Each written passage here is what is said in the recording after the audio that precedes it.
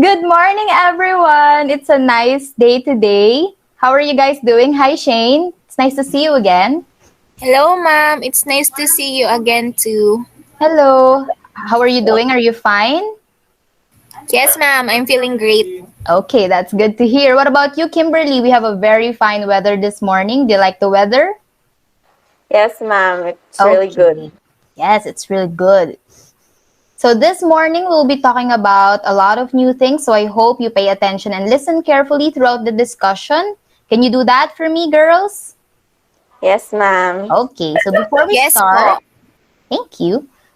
I'd like to remind everybody of our simple classroom rules. Remember to use the raise hand button if you wish to speak, and turn on your microphone only when you are called by the teacher, and use the Google Meet chat box only for discussion related questions or responses. Are my instructions clear, girls?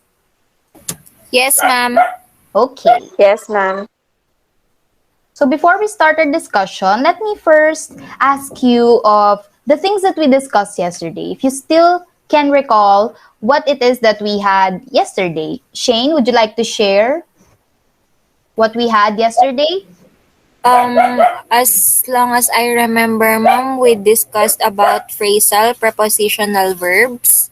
All right. We discussed about phrasal prepositional verbs, right? So throughout for the past days, we've been discussing multi-word verbs, right? Or verbs that contain a verb and a particle. Remember? Yes, ma'am. Yes, po. Yes. And Shane is absolutely right. Yesterday, we did focus on phrasal prepositional verbs. Okay, so let's have a review here. We discussed prepositional verbs a few days back, wherein we said that a prepositional verbs contain of a verb and a preposition. Okay? And then we also discussed phrasal verbs, which contain a verb and a particle. And yesterday, as what Arlie Shane said, we focused on phrasal prepositional verbs. Okay. Which is a combination of a verb, a particle, and a preposition. So those are phrasal prepositional verbs. So I have here a set of sentences for you to somehow check whether you still remember some of our multi-word verbs. So for the first one, prepositional verbs, will you please read the sentence and identify the multi-word verb present in that sentence? Shane.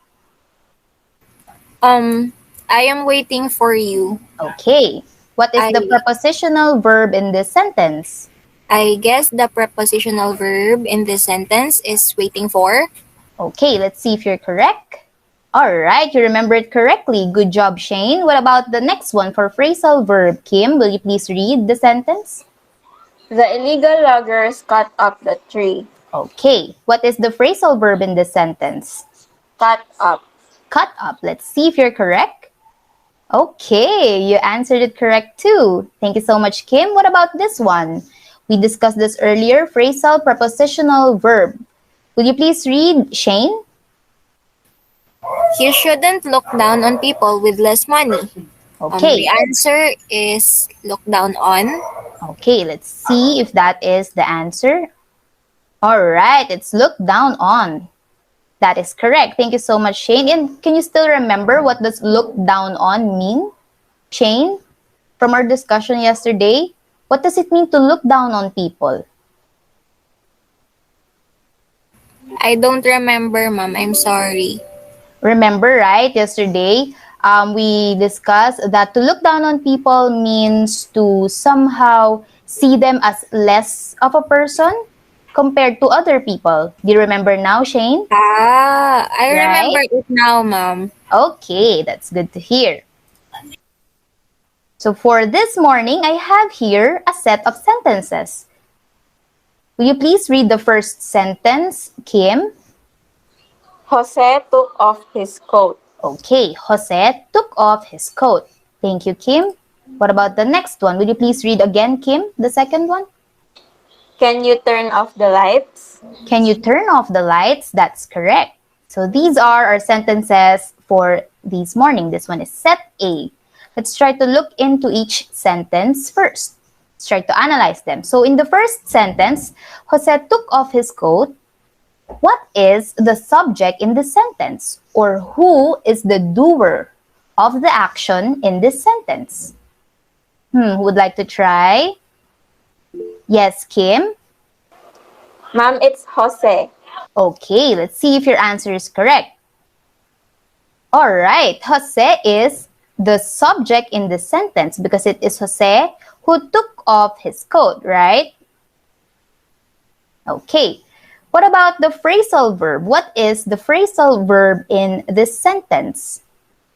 Shane, would you like to try? Yes, Shane. Mom, I think it's took off. Okay, took off. Let's see if took off is the phrasal verb in this sentence. All right, you got it right too. Good job. What about the object in this sentence? What is the object?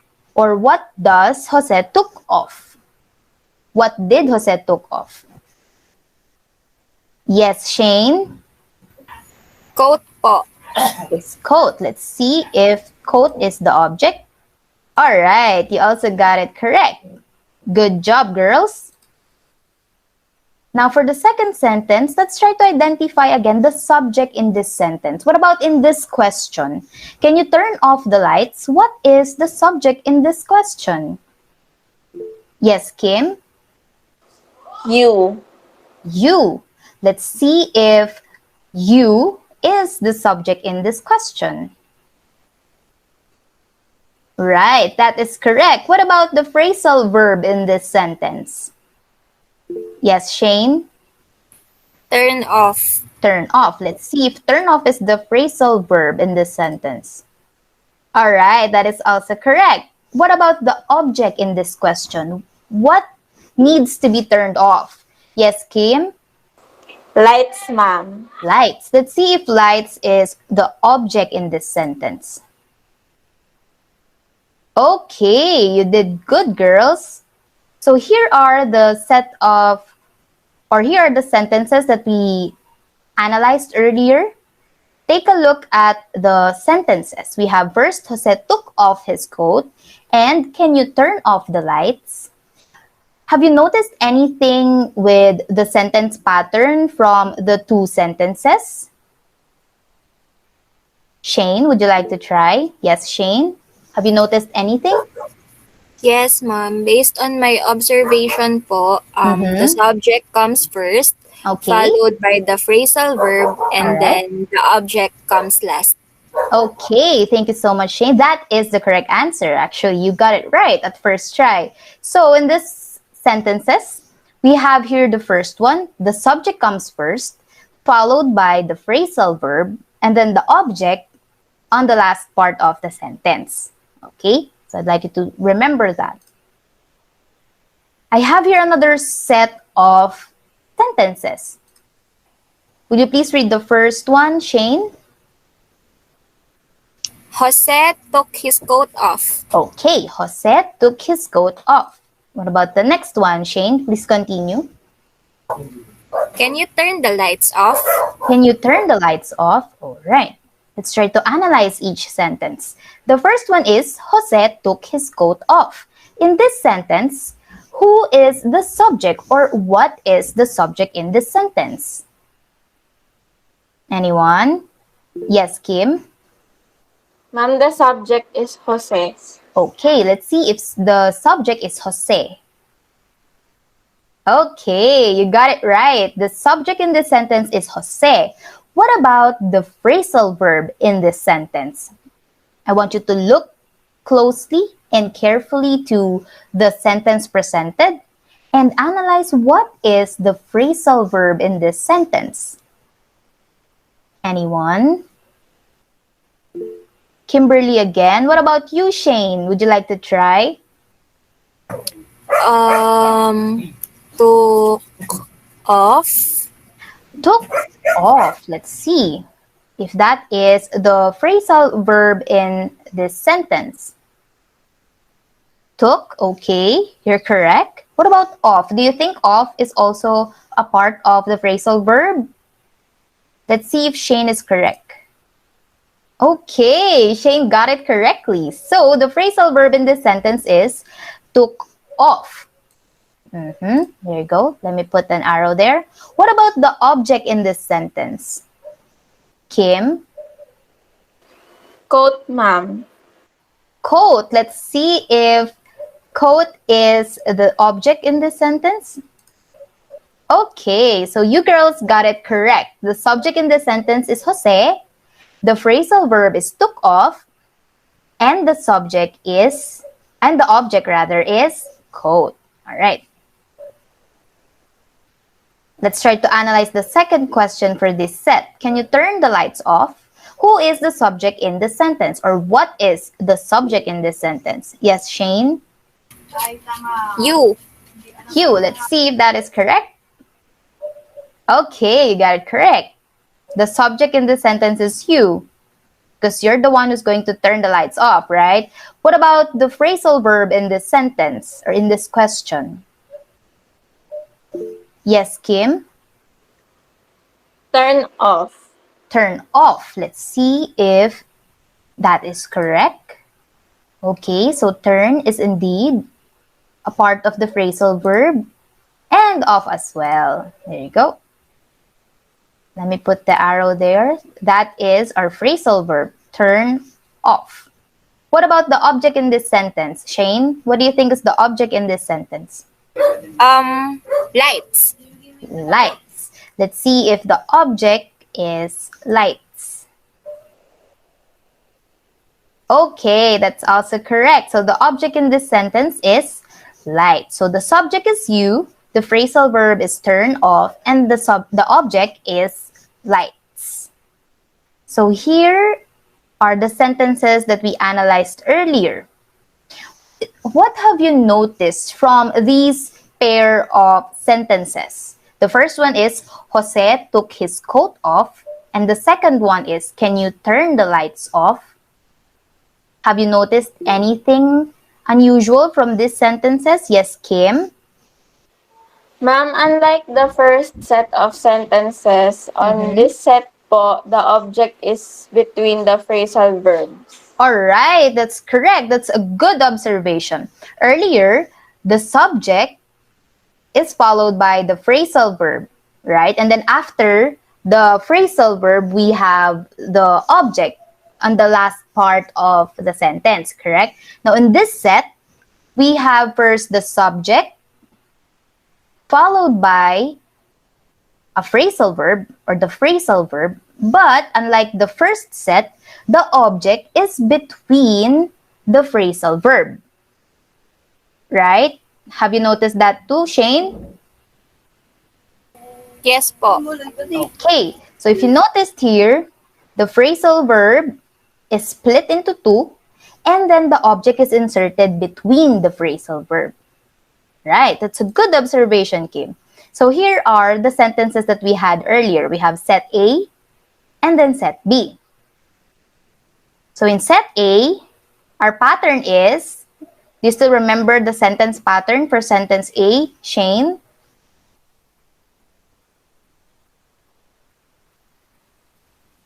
Ma'am? Yes, do you still remember? The sentence pattern for set A, Is what comes first? Subject, okay, followed by prepositional verb. the prepositional verb or the phrasal verb, and then And the object. the object. So what is this? Let's try to check again. What is the subject in this sentence? The Jose took off his coat. What is the Jose. subject? Jose. Followed by the phrasal verb, Took off. took off, and then the object, Coat. coat. Okay. Now in set B, we have here Jose took his coat off. What is the subject in this sentence, Shane? Jose. Jose. And where can we find the object in this sentence? Between the phrasal verb. Okay, correct. So in this sentence, the object is placed between the phrasal verb took off. Okay.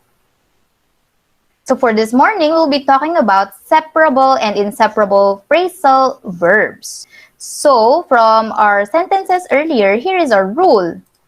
Remember that a phrasal verb is separable if the object can be inserted between the two parts of the phrasal verb and it does not change the meaning of the sentence. Therefore, a phrasal verb is separable if we can separate the two parts of the phrasal verb, say the verb and the particle, and then we can insert in the middle the object. Okay? Is that clear, girls? Yes, ma'am. Okay, so when do we say that a phrasal verb is separable again, Kimberly? If you can insert the object between them po and it does not change the meaning of the sentence. Okay, that is correct. Thank you. So here is our sentence pattern earlier, if you still remember. For the first set, we have subject plus phrasal verb plus object. Do you remember that, girls? Yes, ma'am. Okay. Yes, ma'am. For the second set of sentences, we had the subject first and then the phrasal verb. In between the phrasal verb, we inserted the object. Okay? So here is our example earlier. There you go. Jose took off his coat. So in this sentence, what sentence pattern do we follow from this in this sentence, Shane? In the first sentence po, ma'am, Yes, the first one, the Jose took off his coat. pattern 1 po. Pattern 1. Pattern 1 is Subject, phrasal subject. verb, object. Okay, that is correct. What about the second sentence, Kim? What is the sentence pattern for this one? The second one po is subject, Subject. phrasal verb, Mhm. object, phrasal verb. Okay, that is correct. Thank you so much. So, remember that a phrasal verb is separable again if we can insert the object between the phrasal verb and it does not change the meaning of the sentence. There you go. So, quote here is the object, and just like what I mentioned earlier, if we can insert the object between the phrasal verb, then it is separable. Okay, what about for this question? What is the object in this question, Shane? What needs to be turned off, Shane? Lights po. The lights. Okay. Now to check whether turn off can be separable. It's a phrasal verb that can be separable, that can be separated rather. Let's see if we can put the object lights between the phrasal verb turn off. Okay, there you go. So as we inserted the object lights between the phrasal verb turn off, we can therefore conclude that turn off is a separable phrasal verb. Right, girls? Did you get that? Yes, ma'am. Yes po. Okay. Do you have questions with that first rule?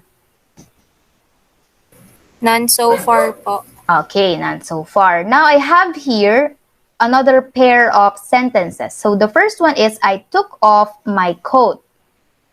So in this sentence, we follow the pattern subject plus phrasal verb plus object, right? Notice the second sentence. What word did we use to substitute the object coat? Cha? The word it po. Okay, the word it. Let's see if that is correct. All right, that is correct. We use the word it to substitute in the word coat. Now, what kind of word is the word it? Yes, Shane? Pronoun. Pronoun. Let's see if that is correct. Is that a guess, Shane? Yes po, guess lang. Okay, your guess is correct. It is a pronoun. Okay, I have here another pair. In the sentence, can you turn off the lights? What is the object in this sentence, Kim?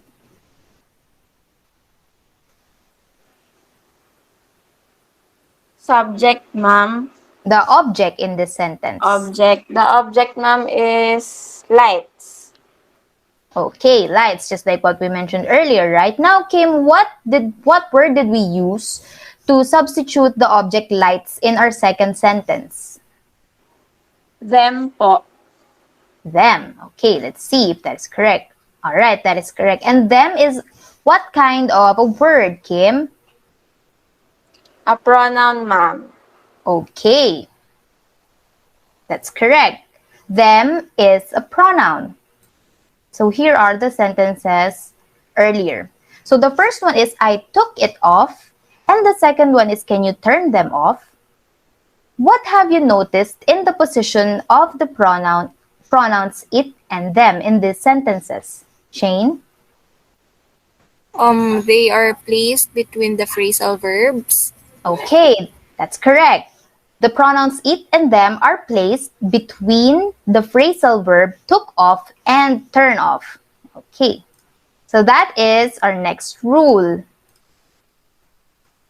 Remember that if the object is pronoun, it is necessary to put the pronoun between the phrasal verb. Okay?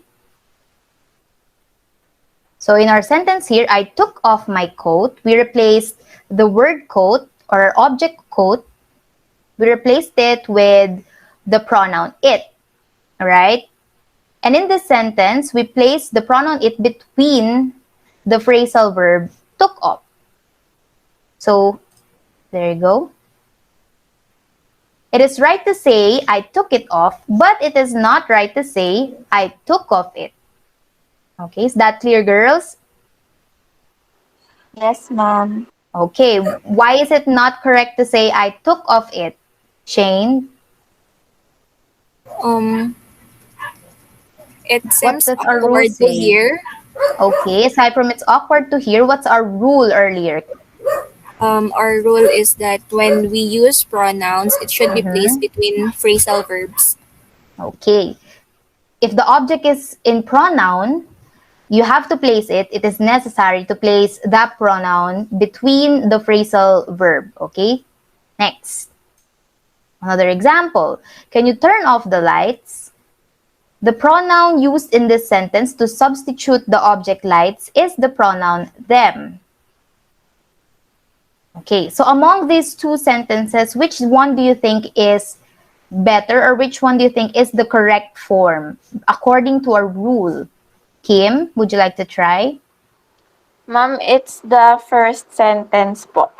Okay, and why do you say so? Because from our rule earlier po, if the object is substituted by a pronoun, it should be between the phrasal verb po. Okay, that's correct. You remember it correctly. Let's see. All right, so Kimberly is correct. It is right to say, can you turn them off instead of can you turn off them? All right, because as a rule implied earlier, if the object is in pronoun, you have to insert that pronoun between the phrasal verb in the sentence. Okay. All right, I have here another sentence. So this one is a phrasal prepositional verb. Or this sentence used a phrasal prepositional verb. Will you please read the sentence, Shane? The students come up with a plan. Okay, the students come up with a plan. That is the phrasal verb, just like what I said earlier, come up with. Now, what about this one? Shane, will you please read again the second sentence? The students come a plan with. Oh, Okay, the students come up a plan with. Okay. So in this sentence, the phrasal verb is separated, right? Have you observed that? yes, ma'am. Okay. We inserted a plan between the phrasal verb come up with. So there you go. Next, will you please read, Kim? Everyone must get on the plane before noon. Okay, what is the phrasal verb in this sentence, Kim? Get on the. Get on the, or is it only get on? What do you think? Get on, ma'am. Okay, let's see if that's correct. Now, there you go. The phrasal verb in this sentence is get on. What about in this second sentence? Will you please read, Kim? Everyone must get the plane on before noon. Okay, so our phrasal verb is get on, right? And what have you noticed in the use of phrasal verb in this sentence, Kim? The word plane Correct. was inserted between get on po. Okay, let's see. Give me a second. Right, that is correct. Kim is correct. The word plane is inserted between the phrasal verb get on. Okay. Now, don't you find those sentences quite troublesome? Ladies, have you noticed anything from the previous sentences we have for this one? What are your thoughts about these sentences? Shane. The second sentences seems ungrammatical, ma'am. Okay, I heard you make a minimal reaction from our previous sentence earlier when I asked you to read the first pair of sentences. Am I Yes, correct, Shane? ma'am. Yes po. Okay. And I assume that reaction is a result of you being confused with the second sentence, right? Yes. Okay. Actually, yes. Okay. So here's why you somehow got that reaction. In our sentences earlier, the phrasal verbs are inseparable, meaning if there is no object or if there is more than one particle in the phrasal verb, you cannot insert the object in between. Okay? So again, a phrasal verb is inseparable if first, there is no object. Second, if there is an object but the phrasal verb is more than one particle, just like our example earlier, the phrasal verb is inseparable. Okay, so in our sentences earlier, those are examples of phrasal verbs that are inseparable. Is that clear, girls? Yes, ma'am. Okay, when do we Yes say that a po. phrasal verb is inseparable again, Kim? When there is no object po or if there is more than one particle in the phrasal Okay, verb. okay. So here's our example earlier. Come up with, or come up with. Okay. Our sentence is, the students come up with a plan. So the phrasal verb in this one consists of not just one particle, right? So this one is a phrasal prepositional verb. It consists of more than one particle. It is right to say the students come up with a plan, but it is not right to say the students come up a plan with, right? Okay. What about for this one? The phrasal verb get on. Now this one consists of one particle only. It's just a verb and the particle on. Everyone must get on the plane before noon. So it is right to say that everyone must get on the plane before noon. But for this one, it is not right to say everyone must get the plane on before noon. There you go. Is that clear, guys? Do you have any questions before we proceed to our activity? None po, ma'am. Okay, none. So let's have a review first before we proceed to our activity. When do we say that a phrasal verb is separable again? Shane?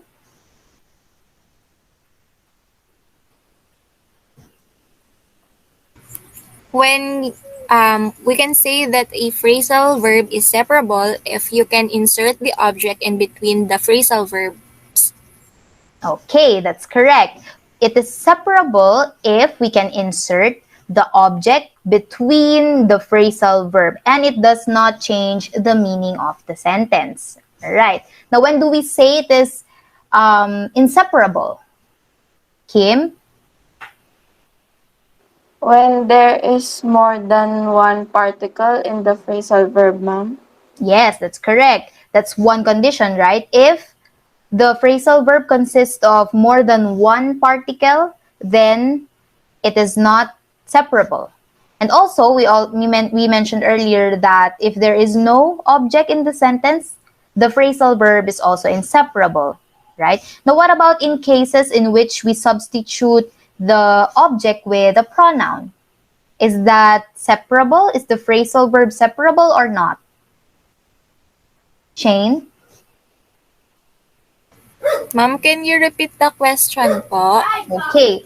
If, again, we if the object in the sentence is substituted with a pronoun, is the phrasal verb separable or not? Separable po. Okay, it is separable. So let's have a quick activity. So given a pair of sentences, I'd like you to identify the phrasal verb and then tell whether it is separable or inseparable. Is that clear, girls? Yes, ma'am. Okay. Yes po. Okay. So first, identify the phrasal verb and then tell me whether it's separable or not, or if it's inseparable. Okay. Would you like to try, Shane? Read the first sentence. She gave back the diamond ring. Okay, she gave back the diamond ring. And the second sentence, would you like to read also? She gave the diamond ring back. She gave the diamond ring back. What is the phrasal verb in this sentence? Gave back. Gave back. Let's see if your answer is correct. Okay, there you go. The phrasal verb in this sentence is gave back or give back. Now the question is gave back separable or inseparable based on the discussion earlier? I Jane? think, ma'am, it's separable. Why do you think it's separable? Even though the diamond ring, which is the object, is inserted in between the phrasal verbs, I guess it does not change the meaning of the sentence. Okay, that's a good explanation. The object is inserted between the phrasal verb gave back and it did not change the meaning of the sentence. Let's see if your answer is correct. You are correct. So in this set of sentences, this one is separable. What about this one? Kim, would you like to try? Please read the first and second sentence. We look after the neighbor's cat while they're away. Okay. We look the neighbor's cat after while they're away. Okay, what is the phrasal verb in this sentence? In this pair of sentences, Kim? Look after. Look after. Let's see if that is correct. Okay, you got it right. Look after. There you go. Now, is look after a phrasal verb that is separable or inseparable? What do you think, Kim? It's inseparable, ma'am. Okay, why do you say so? Because after we try to insert the object of the sentence in between the phrasal verb, it does not make any sense po. Okay, that's correct. So in the second sentence, when we inserted the object, what is the object in this sentence, Kim? The neighbor's cat. Okay, the neighbor's cat. When we inserted the object, the neighbor's cat, it does not or it did not make any sense. So that is inseparable. Okay, you're doing good, girls. What about for the third set? Chain, please try. You need to write down the information. Okay, you need to write down the information. And the second sentence? You need to write the information down. Okay, what is the phrasal verb in this sentence? Write down. Let's see if that is correct. Okay, that is correct. Write down. Now, is write down a phrasal verb that is separable or inseparable? I think, Mom, it's separable. Why do you think it's separable? The insertion of the object information does not affect the meaning of the sentence. Okay, that's a good answer.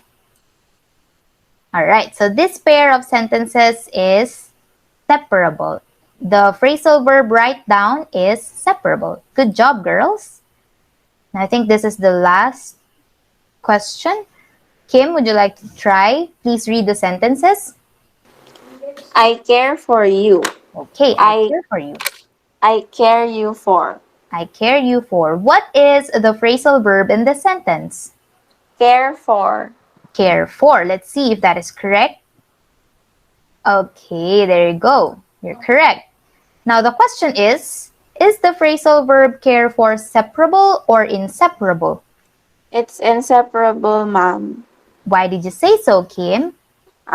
Just like what we have discussed po, when you try to insert the object in between the inseparable phrasal verb, it changes the meaning of the sentence, or it doesn't even make sense at all. Okay, that's correct. So in this sentence, the second sentence, I care you for, is a sentence that doesn't make any sense, right? So therefore, the phrasal verb care for is inseparable for these sentences. Oh, we have another question. I guess this is the last question.